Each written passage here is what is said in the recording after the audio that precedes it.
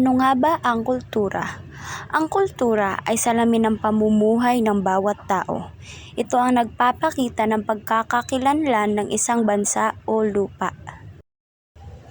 Mga halimbawa sa kultura. Una, pagmano at paggamit ng po at opo.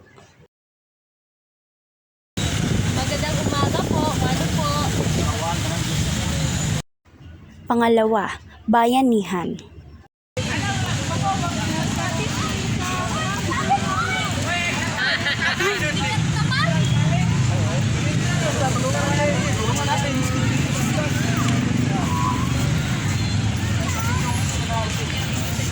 At ang panghuli naman ay makadiyos.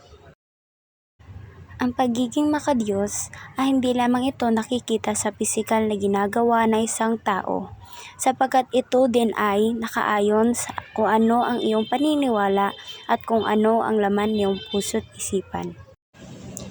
Ano ang tradisyon? Ang tradisyon ay mga nakasanayang gawain na nagpapakita ng pagpapahalaga sa mga pagdiriwang, paniniwala at gawi. Halimbawa nito ang piyesta na taunang selebrasyon sa mga bayan at lalawigan na batay sa paniniwalang Katoliko.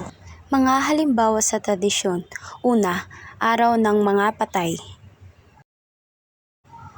Ang araw ng mga patay ay dito natin na ipapakita na ating pinapahalagahan ang ating mga mahal sa buhay na kung saan ngayon ay nasa mabuting kalagayan na.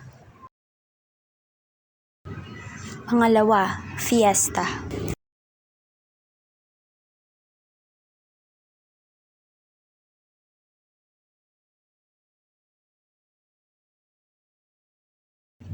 At pangatlo, pagharana.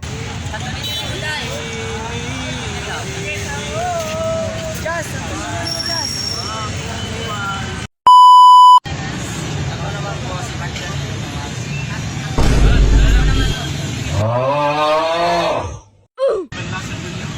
nga pala si Ariel Villawan. Ako naman po si Hannah Poliastas.